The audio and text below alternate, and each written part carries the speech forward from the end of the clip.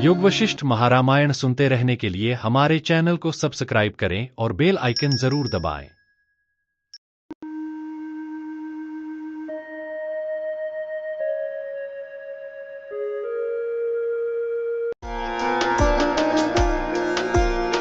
योग वशिष्ठ महारामायण निर्वाण प्रकरण सर्ग 19।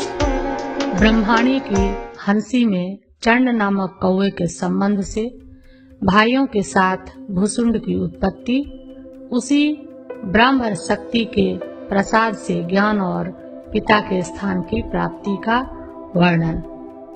वायसराज भुसुंड ने कहा, ब्राह्मण जब उन मातृकाओं का उत्सव चल रहा था तब उनके उत्तम वाहन रूप चंड आदि भी उसी प्रकार उन्मत्त होकर हंसते थे, नाचते थे और रुधिर का पान भी करते थे। उस उत्सव में मद्यपान से उन्मत्त हुई कुछ ब्राह्मी शक्ति के रथ में जुतने वाली हंसियां और अलम्बुसा देवी का वाहन चंड नामक कौआ, ये सब आकाश प्रदेश में इकट्ठे होकर नाचने लगे। समुद्र तट की समतल भूमि में भली प्रकार नृत्य और मद्यपान कर रही उन हंसियों को पुरुष विषयक अनुराग उत्पन्न हुआ। तदंतर उस समय उत्पन्न रति से सभी हंसियां उन्मत्त होकर क्रमशः निकृष्ट जातीय कौवे के साथ रमन करने लगी, क्योंकि वे मत्त ही तो थी। ऊंची जाति की हंसियों की रति अपने से निकृष्ट जाति कौवे के साथ यद्यपि अनुचित है, तथापि उसके होने में एकमात्र कारण उन्माद ही है। 7 कुल हंसियों के वल्लभ इस चंड नामक कौवे ने क्रम से एक एक हंसी के साथ तब तक रमण किया जब तक कि एक दूसरे की इच्छा पर्याप्त रूप से शांत नहीं हुई। रति से तृप्त हुई उन हंसियों ने गर्भ धारण किया और वे देवियां उत्सव कार्य संपादित हो जाने के अनंतर अपनी ही माया का विलास समझकर क्रोध न करने वाले महादेव जी के पास पहुंची और उन देवियों ने भोजन के लिए शूलपाणी महादेव जी को प्रिय उमा समर्पित की, जो ओदन रूपता अर्थात भात को प्राप्त हुई थी। भोजन में मेरी प्रिया ही दी गई है, यूं जानकर जब महादेव जी मातृकाओं के प्रति रुष्ट हुए तब उन्होंने अपने अपने अंगों से सिर आदि एक एक अवयव की कल्पना द्वारा पार्वती का पुनः उत्पादन कर महादेव जी को फिर पाणी ग्रहण विधि से उसे समर्पित किया। अनंतर देवियां, महादेव जी और उनका परिवार ये सब संतुष्ट मन होकर अपनी अपनी दिशा की ओर चल दिए। हे मुनीश्वर, वे ब्राह्मी शक्ति के रथ की हंसियां गर्भवती हुई थी। उन्होंने ब्राह्मी देवी के समीप में अपना यथास्थित वृतांत कह दिया। ब्राह्मी शक्ति ने कहा, पुत्रियों, इस समय गर्भवती तुम सब मेरे रथ कार्य के लिए असमर्थ हो, इसलिए अब यथेष्ट विचरण करो। गर्भ से अलसाई हुई उन हंसियों को वैसा कहकर दयालु ब्राह्मी देवी उनके ऊपर अनुग्रह के लिए विहार छोड़कर निर्विकल्प समाधि में ही सुखपूर्वक स्थित हुई। हे मुनीश्वर, गर्भधारण से अलसाई हुई वे राजहंसियां भगवान विष्णु के नाभि कमल के मूल में ब्रह्मा के कमल की उत्पत्ति स्थान में विचरण करने लगी। तदंतर उस प्रकार विचरण करती हुई उन राजहंसियों का गर्भ परिपक्व हो गया। उन्होंने नाभि कमल के कोमल पल्लव में उस प्रकार मुलायम अंडे दिए जिस प्रकार वल्लियां अंकुर देती है। अनंतर समय पाकर उन्होंने 21 अंडे दिए और यथा समय भीतरी गर्भ पक जाने पर हंसियों के पग के प्रहार द्वारा वे उस प्रकार द्विधा विभक्त हो गए, जिस प्रकार सार युक्त ब्रह्मांड स्वर्ण और चांदी के खप्परों द्वारा द्विधा विभक्त हो जाते हैं। हे मुने, उस प्रकार उस अंडों के द्वारा ये हम चंड के पुत्र 21 भाई कौवे की जाति में उत्पन्न हुए। उस कमल के पल्लव के ऊपर हुए वे हम क्रमशः बड़े हुए, हम लोगों को पंख आए और आकाश में उड़ने में समर्थ भी हुए। तुमने तत्व कैसे जाना, इस प्रश्न का उत्तर देने के लिए उपक्रम करते हैं। महर्षि, हम लोगों ने अपनी माता हंसियों के साथ दीर्घ काल तक समाधि से विरत हुई भगवती ब्राह्मी देवी की भली प्रकार आराधना की। अनंतर उपयुक्त समय आने पर प्रसाद करने में तत्पर हुई भगवती ब्राह्मी ने स्वयं ही हम लोगों के ऊपर तत्व साक्षात्कार रूप फल के द्वारा वैसा अनुग्रह किया जिससे हम लोग जीवन मुक्त होकर स्थित हैं। हम लोगों का मन विलीन हो गया, इसलिए एकांत प्रदेश में उपद्रव शून्य होकर समाधि में ही स्थित रहे। ऐसा निश्चय करके हम लोग अपने पिताजी के पास विंध्य प्रदेश में गए। वहाँ पिताजी ने हम लोगों का आलिंगन किया और तदंतर हम सब ने भगवती अलम्बुसा की पूजा की। प्रसन्नता पूर्वक उस देवी के साथ द्वारा देखे गए हम लोग विनय आदि सद्गुणों से नियंत्रित होकर वहाँ रहने लगे। पिताचंड ने कहा, हे पुत्रों, क्या तुम लोग इस संसार रूपी जाल से जो असीम वासना रूपी तंतुओं से गुथी है मुक्त हो चुके हो? यदि नहीं तो उससे छुटकारा पाने के लिए सेवक वत्सल इस भगवती अलम्बुसा की हम प्रार्थना करें, जिससे तुम सब ज्ञान में पारंगत हो जाओगे। कौओं ने कहा, हे पिताजी, ब्राह्मी देवी के प्रसाद से हम लोगों ने ज्ञातव्य विषय का भली भांति ज्ञान कर लिया है, किंतु एकांत में वास करने के योग्य उत्तम स्थान की हम लोगों की अभिलाषा है। पिताचंड ने कहा, हे पुत्रों, एक मेरु नामक अत्यंत ऊंचा पर्वत है। वह भांति भांति के अनेक रत्नों का आधार है। उसका संपूर्ण देवता आश्रय करते हैं। प्रकाशमान चंद्र और सूर्य रूपी दीपक से युक्त अनेक विध प्राणियों के कारण विस्तृत हुए कुटुंब से परिवेष्टित ब्रह्मांड रूपी घर का वह सुवर्ण निर्मित मध्य स्तंभ है। वह पृथ्वी के द्वारा ऊपर को उठाया गया मानो एक हाथ है। उस हाथ में किंग पुरुष आदि देशी चंद्राकृति सुवर्ण निर्मित केयूर है। रत्न रूप अंगूठियों से सुशोभित शिखर ही अंगुलियां हैं और शब्द कर रहे द्वीप और समुद्र ही कंकण है। वह पर्वतों का राजा है। उसके चारों ओर हिमालय आदि 7 कुल पर्वत सामंत रूप से विराजित है। वह जम्बू द्वीप सिंहासन के ऊपर विराजमान है और पर्वतों की सभा में चंद्र एवं सूर्य रूपी नेत्रों से दृष्टिपात करता है।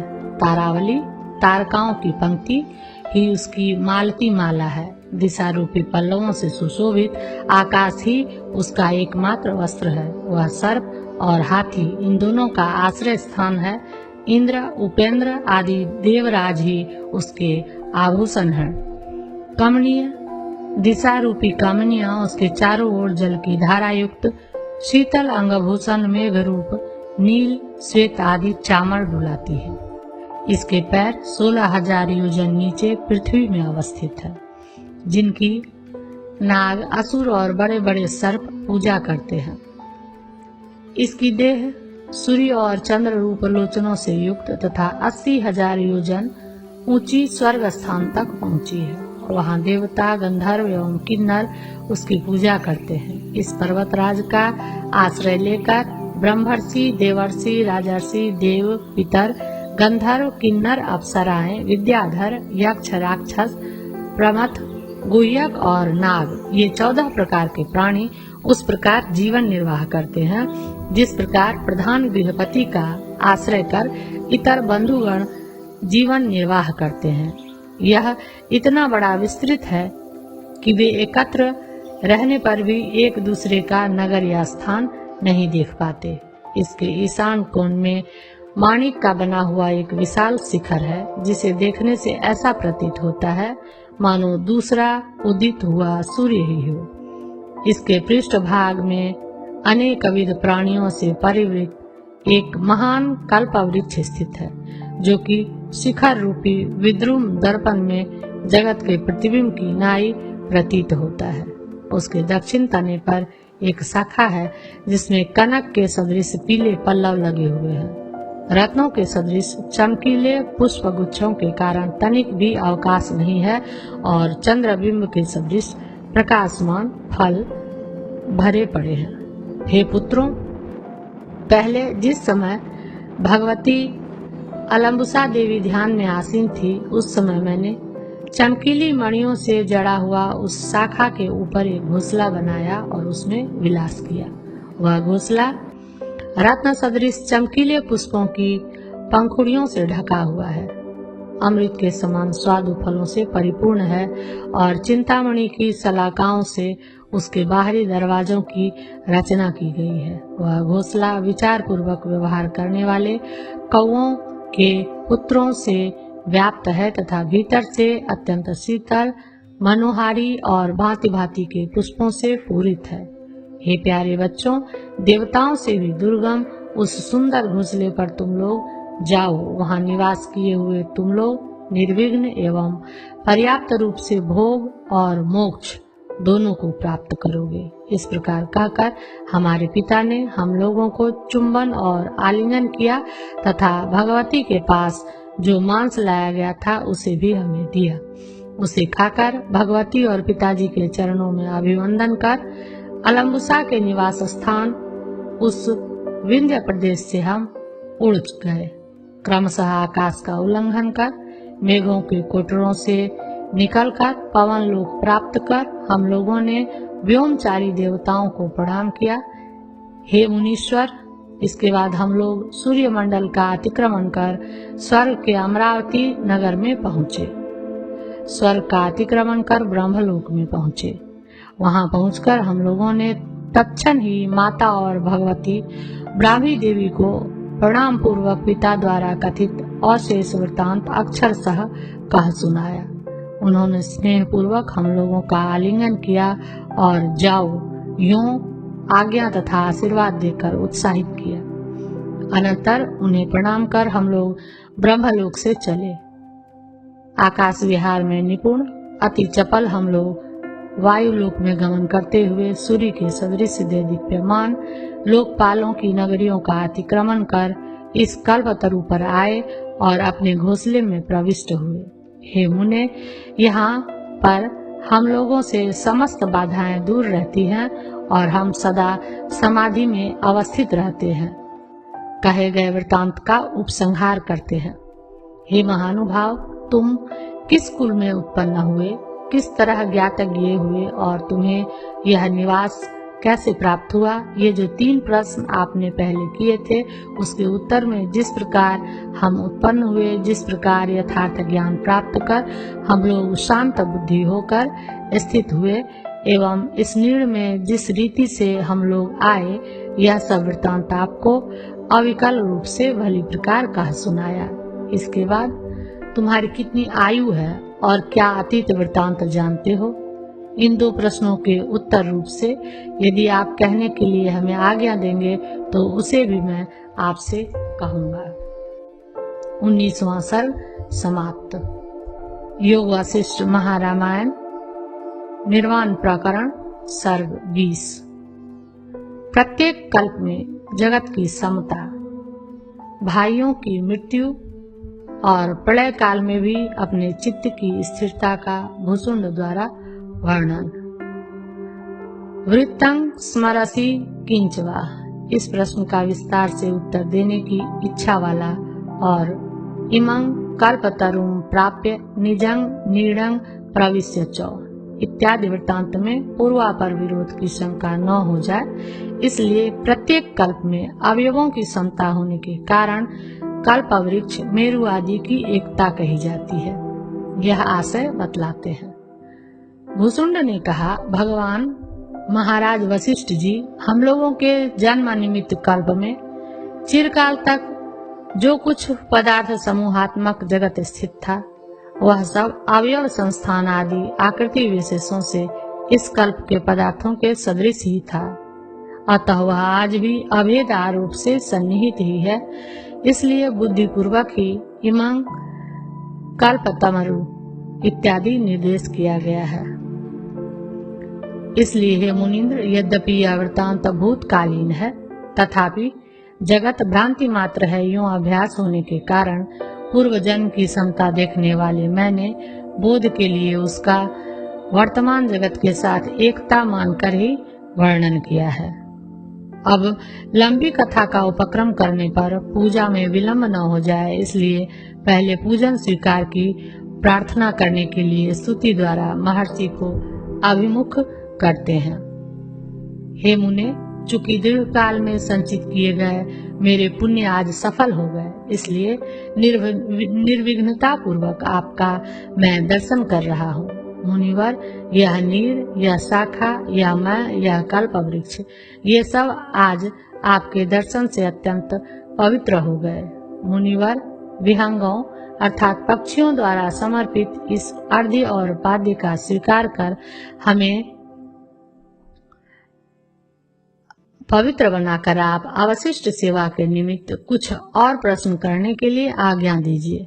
वशिष्ठ जी ने कहा, श्री राम जी, दूसरी बार स्वयं उस भूसुंड पक्षी के द्वारा अर्घ्य पाद्य देने पर मैंने यह कहा, हे पक्षीराज, वैसे बलि और महाबुद्धिमान तुम्हारे वे भाई यहाँ क्यों नहीं दिखाई देते? तुम अकेले ही क्यों दिखाई देते हो?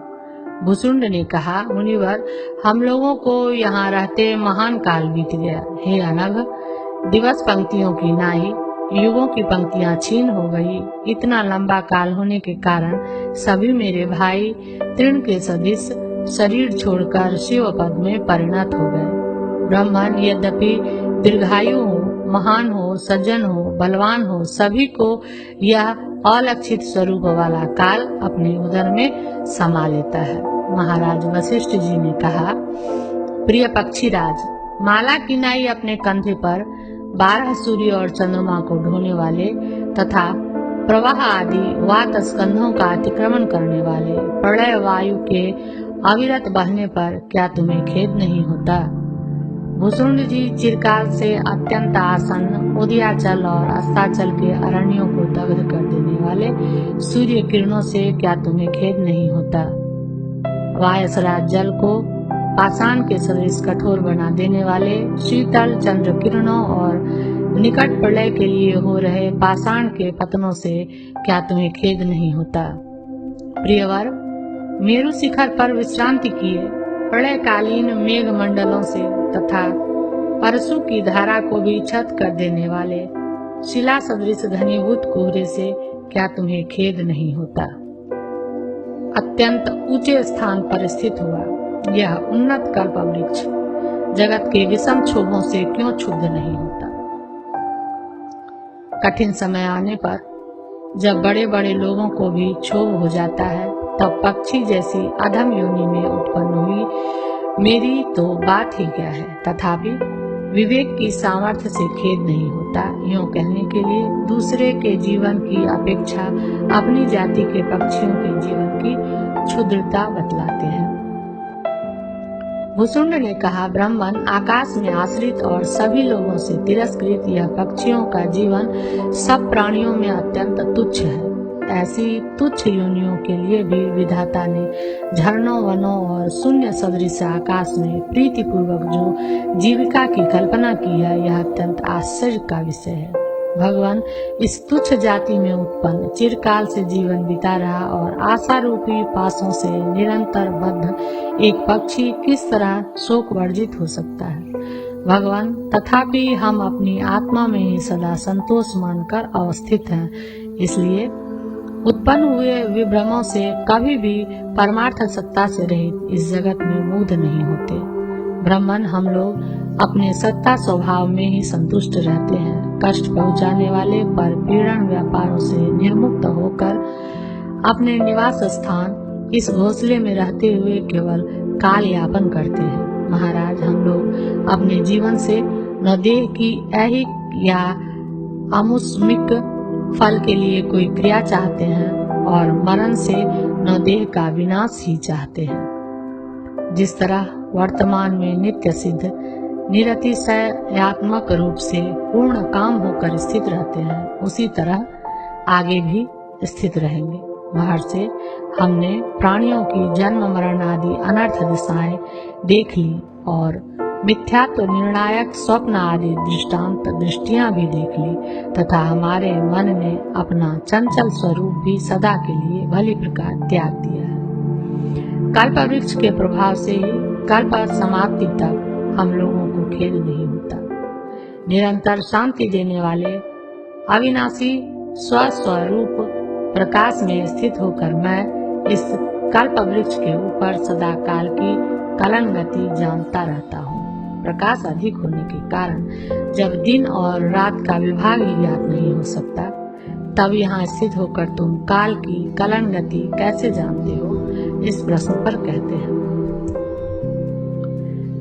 चमकीले रत्नों के प्रकाश से पूर्ण कर्बलता गृह में उपस्थित होकर मैं प्राणायाम के प्रवाह से यानी स्वरोदय शास्त्र में बतलाए गए उपाय से अखंडित कल्प जान लेता हूँ। मुनिवर, हम दिन और रात जाने बिना ही इस उन्नत शिखर पर अपनी बुद्धि से ही लोकों के कालक्रम की स्थिति जानता रहता हूँ। मन की स्थिरता के बल से मुझे खेद नहीं प्रतीत होता। मुनिवर, यह सारभूत वस्तु है और यह असारभूत वस्तु है। इस प्रकार के विवेक युक्त बोध से उत्तम शांति को प्राप्त हुआ मेरा मन चंचलता शून्य, शांत और भली प्रकार स्थिर है। सांसारिक व्यवहारों से जनित असत रूप आसारूपी पासों से जिस प्रकार अल्प ध्वनियों से प्राकृत काक भयग्रस्त हो जाता है, उस प्रकार मैं भयग्रस्त नहीं होता। धैर्य के कारण भी हमें खेद प्राप्त नहीं होता। निरतिशय शांति पहुंचाने वाली और आत्म प्रकाश से शीतल हुई बुद्धि से जगत की माया देख रहे हम लोग धीरता को प्राप्त हुए हैं। हे महाबुद्धे, दशाक्रम के अनुसार भयंकर दशाएं भी प्राप्त हो जाए, तथापि स्थिर बुद्धि वाले हम निश्चल पत्थर के सदृश स्थिराकृत होकर अवस्थित रहते हैं। जगत तत्व के पुनः अविमर्श बल से भी खेद नहीं होता, यूं कहते हैं। प्रारंभ में रमणीय दिख पड़ने वाली तरल इस संसार स्थिति का बार बार परामर्श किया जा चुका है, अतः वह हमें कुछ बाधा नहीं पहुंचाती। जातस्य ही ध्रुवो मृत्युर्ध्रुवम जन्म मृतस्य च। उत्पन्न हुआ निश्चित मरता है, दुख अपरिहार्य है, यों निश्चय होने के कारण भी भय प्राप्ति नहीं होती। भगवान, सभी प्राणी व्यवहार दृष्टि से आते हैं और जाते हैं अथवा परमार्थ दृष्टि से न आते हैं और न जाते हैं, इसलिए हम लोगों को यहाँ भय ही क्या है। तत्वज्ञ स्वरूप अपने में तटस्थता, समस्त भूतों के संसार का दृष्टत्व और संसार के प्रति आदर का अभाव होने से भी भय की प्रसक्ति नहीं है। काल सागर में प्रवेश कर रही प्राणी समूह तरंगों से युक्त संसार सरिता के तट पर अवस्थित हुए भी हम लोग उसमें आदर नहीं करते। महर्षि, इस वृक्ष पर उपस्थित हुए हम लोग प्राप्त वस्तुओं का न परित्याग करते हैं एवं न अप्राप्त वस्तु के ग्रहण की चेष्टा ही करते हैं। व्यवहार दृष्टि से स्थित है एवं परमार्थ दृष्टि से स्थित नहीं भी है। हम लोग एकमात्र व्यवहार की सिद्धि के लिए कंटकाकीर्ण भूमि की नाई सावधानी से चलने के कारण कोमल पग वाले हैं और तत्व दृष्टि से संसार का उच्छेदन कर देने के कारण क्रूर भी हैं। बड़े लोगों के अनुग्रह से भी हम लोगों को खेद प्राप्ति नहीं होती, ऐसा कहते हैं। शोक, भय और आयास से वर्जित आपके सदृश संतुष्ट उत्तम पुरुष हम लोगों पर सदा अनुग्रह करते हैं, इसलिए हम लोग सदा दुखों से निर्मुक्त होकर अवस्थित हैं। भगवान, व्यवहार चलाने के लिए इधर उधर प्रेरित हुआ भी हम लोगों का मन राग आदि वृत्तियों में निमग्न और तत्व विचार से शून्य कभी भी नहीं रहता। अपनी आत्मा के निर्विकार, क्षोभ शून्य और शांत हो जाने के कारण चिद्रूप चारों ओर से ब्रह्माकार वृत्ति रूप चंद्रमा का उदय होने पर उत्कट हुए बोध स्वरूप तरंग वाले हम लोग पूर्णिमा आदि पर्व काल में समुद्र की नाई प्रबुद्ध हो गए हैं। भगवान, जिस अमृत के लिए मंदराचल द्वारा सर्वांगों से क्षुब्ध हुए क्षीर सागर का मंथन किया जाता है, आपके उसी अमृत रूपा आगमन से हम लोग अत्यंत प्रसन्न चित्त हो गए हैं। समस्त ईर्षणाओं की तिलांजलि देने वाले संत महात्मा अपने आगमन आदि से हम पर जो अनुग्रह करते हैं, मैं अपनी आत्मा का इससे अधिक दूसरा कुशल नहीं मानता। ऊपर ऊपर से रमणीय दिखाई पड़ने वाले विषय भोगों से क्या प्राप्त होता है, अर्थात कुछ भी नहीं। सत्संग रूपी चिंतामणि से तो समस्त सारभूत ज्ञान वस्तु प्राप्त होती है। हे मुनीश्वर, स्नेहपूर्ण, गंभीर, मधुर, उदार और धीर वाणी वाले एकमात्र आप ही इस त्रिभुवन रूपी कमल की कली में भ्रमण के सदृश हैं। साधु, यद्यपि मैंने परमात्मा को जान लिया है और आपके दर्शन से मेरे समस्त पाप नष्ट हो चुके, तथापि चूंकि महात्माओं का समागम भयों का अपहरण करने वाला है, इसलिए यहाँ आज मेरा जन्म सफल हुआ, ऐसा मैं मानता हूँ। 20वां सर्ग समाप्त।